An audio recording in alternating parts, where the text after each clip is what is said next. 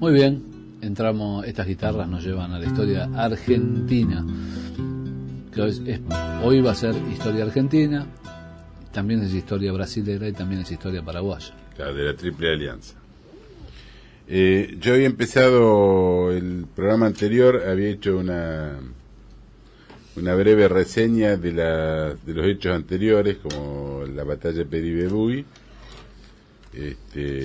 y la batalla de Costañú, que fue el día del niño paraguayo, y después di el relato que escribí en mi libro sobre lo que yo llamé la caravana del infortunio, que fue desde Lomas Valentinas hasta Cerro Corá, que tardaron meses, cruzando cordilleras, salteando algunos pueblos, en fin. Para que se den una idea, llegan de los que llegan a Cerro Corá, eran aproximadamente 500 personas de todos los que salieron, ¿no?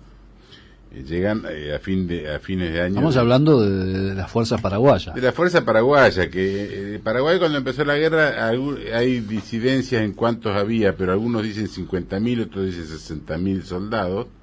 Había 1 millón de personas. 1 millón era el total de la población de Paraguay.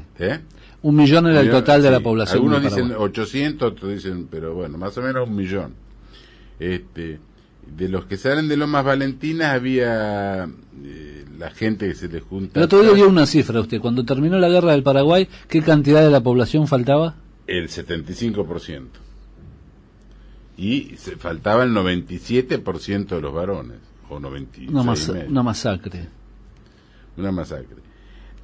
En la caravana esta del infortunio fueron muriendo de hambre, de inanición, de miseria, y llegan finalmente a principios del 70, cruzan unas cordilleras que había, quedan otras 700 personas rezagadas que mueren de hambre, y llegan a Cerro Corá el 14 de septiembre de febrero del 70.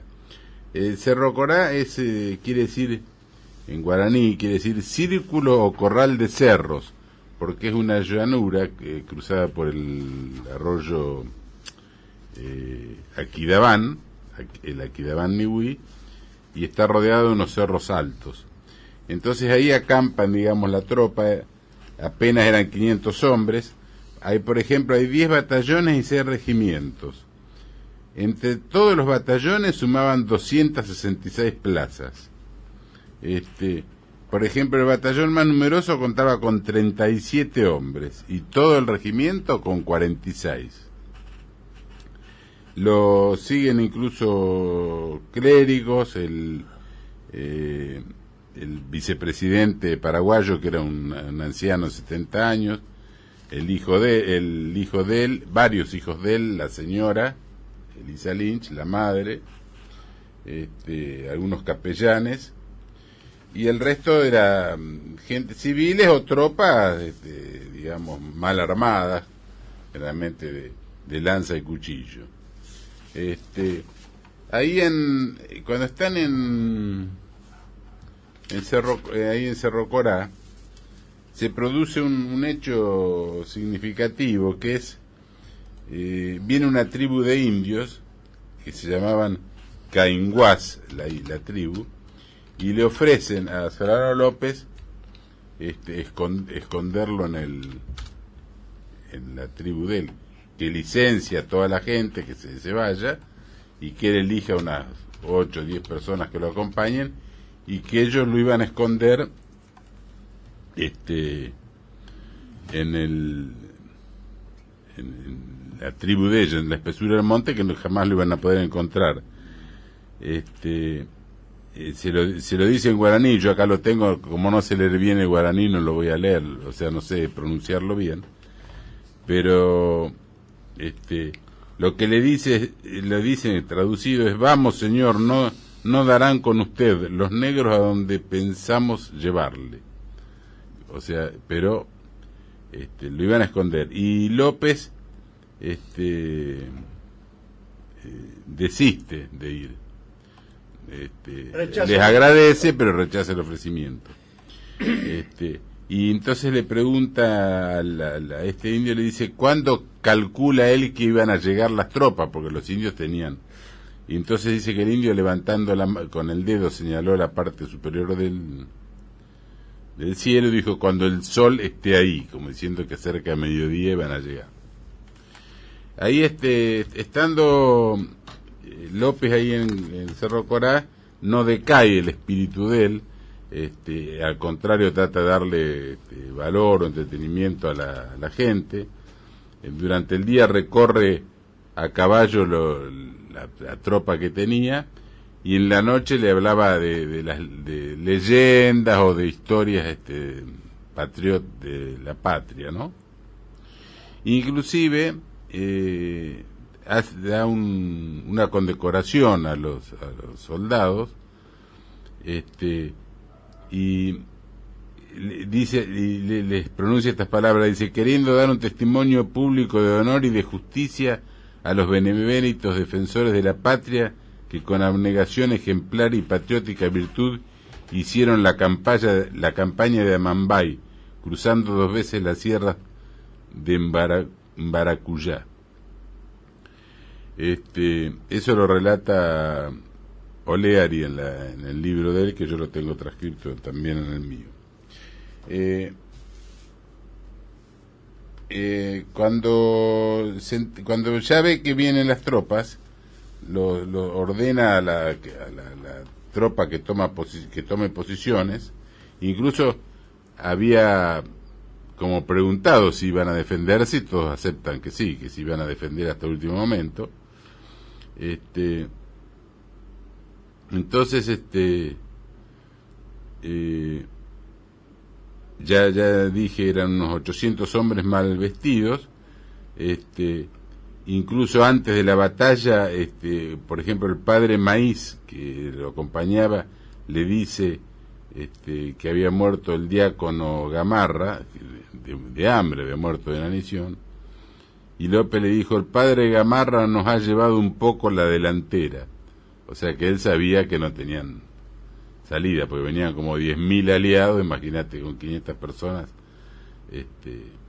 cómo lo iba a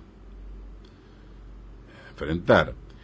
Bueno, el día ese, que fue el 1 de marzo, López se levanta temprano y busca algunos efectos personales que tenía, los distribuye entre la gente como una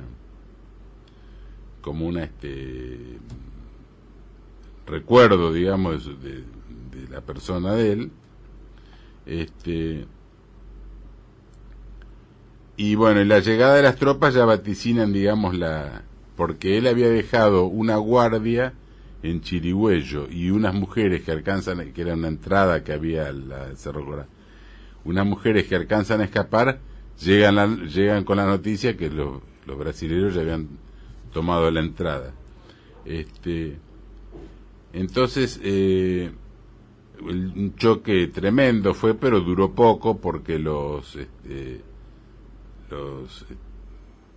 además de estar mal armados, estaban prácticamente, había algunos que no se podían mantener ni de pie del hambre que tenían, había gente grande, había chicos. Y Oleri lo describe así, dice, cuando un poco más de 200 hombres, armados en su mayor parte de sable y lanza, era todo lo que se había podido reunir, formando en las filas como soldados desde el anciano vicepresidente Sánchez hasta el último capellán.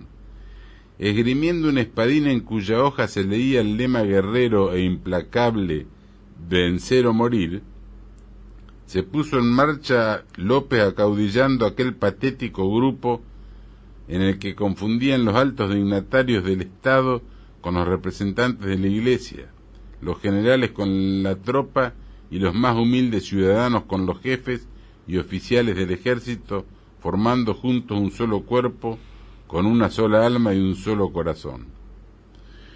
La cuestión que, bueno, ahí López espera ahí montado en su caballo, digamos, y arengando a la gente, espera el choque de las fuerzas, ve caer, por ejemplo, al coronel Luis Caminos y a otra gente alrededor de él, Y entonces ahí es cuando a él lo incitan a rendirse, Sí, lo intiman. lo intiman a rendirse, pero él por toda respuesta atropella con el caballo tratando de herir a alguno, hasta que es lanceado por el cabo Francisco Lacerda, que se lo conoció como Chico Diablo, o Chico Diabo en portugués. Entonces le destroza el vientre de un lanzazo y lo hiere en la cabeza con un sable, que fue una herida mortal, o sea, no en el momento, pero fue una herida mortal. En ese momento acuden algunos a defenderlo, y entonces López se retira hacia un arroyo que había, pero al poco andar de caballo se cae, porque ya venía mal herido.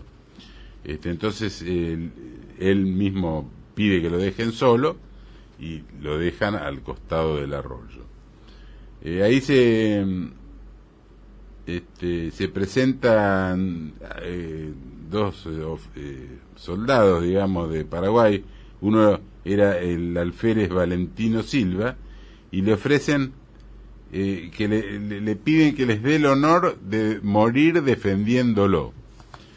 Pero López no, les ordena retirarse, les regala el sable, un látigo que tenía como recuerdo, y les ordena que se retire. Entonces ahí en ese momento aparece Gamarra, que cruza el arroyo a pie, digamos, porque es un arroyo chico, vadeable, y lo intima a rendirse, y él por toda respuesta dice: muero con mi patria. Ahí hay un hecho que yo el otro día nombré, porque hay distintas versiones, como no hay Sí, no hay no hay cámara oculta, no había cámara oculta, hay distintas versiones. La frase esa, muero con mi patria, algunos dicen que fue: acá murió una civilización y yo muero con mi patria. Y pensaron que estaba desvariando, porque qué civilización. Y bueno, efectivamente hay un libro, que yo ahora voy a dar el nombre por si a alguno le interesa, que dice que los vikingos vinieron acá en el siglo XIII o XIV, mucho antes que los españoles, y habían fundado varias ciudades ahí en Alto Perú, y que cuando bajaron los incas se retiraron y se establecieron en Cerro Corá, que incluso hay restos de trincheras, escritura celta, etcétera, que digamos que los vikingos habían ocupado esa zona. El que escribió el libro se llama Jacques de Mailloux, y se llama El Rey Vikingo del Paraguay, los enigmas del universo, de la editorial AHT 1979. Le digo por si a alguno le interesa. ¿Cómo se llama el autor? Jacques de Mailloux se escribe, Mahieu. Yo lo tengo, si querés, si te interesa. No. El tema te preguntaba porque había un profesor de doctrina peronista, Jaime María de Mailloux. Y capaz que me sonó el nombre. Es francés. Por eso. Es francés. Este también era francés, sí. Pero era un. Bueno, probablemente sea el mismo. Por ahí Él estuvo. Yo ahora sé que se llamaba, no era Jacques, era Jaime María de Mailloux. Ah. Bueno, pues fue muy doctrinario, yo fui alumno de él. Claro. Así que conozco bien el paño, digamos. Sí, este libro la verdad que es muy interesante, si a alguien le interesa.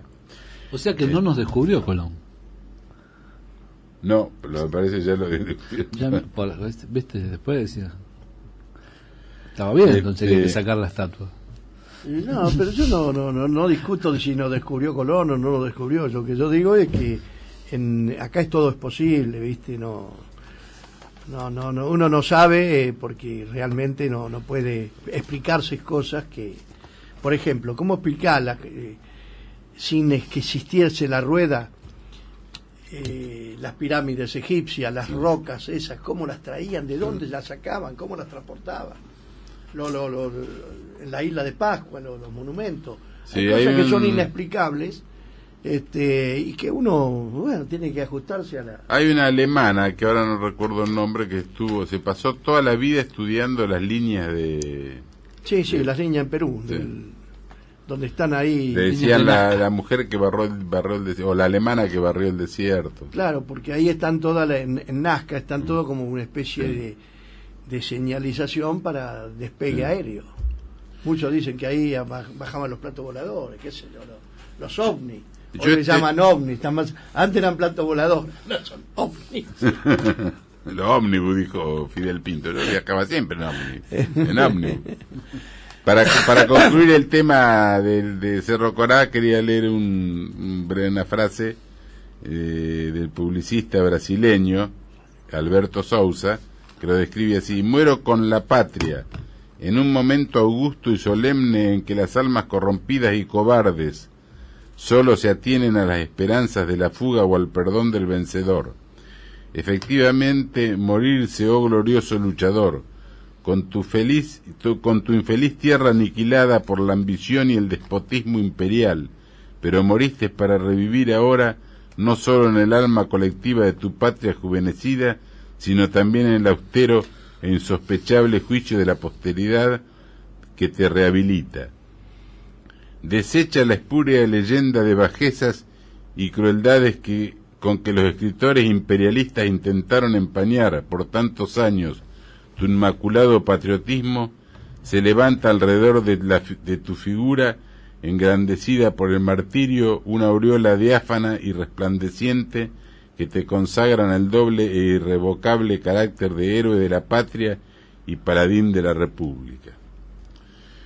Para esto, cuando llegó la noticia a Buenos Aires, Sarmiento le mandó una banda de música a Mitre para festejar la muerte de López.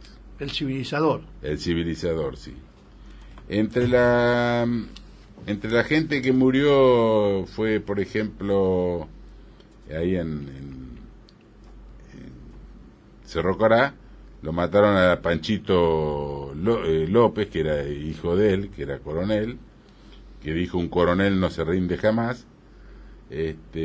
Murió otro hijo de él. Tenían más prebenda que ahora, te digo, en esa época. Sí. ¿Cuántos años tenía Panchito? Y es que no había, vos sabés que no había hombres para... No importa, pero era coronel. No importa, podía ser un chico, pero no que fuera coronel. La gente entraba como soldado raso y tenían obligación de entrar descalzos al ejército. Andaban descalzos.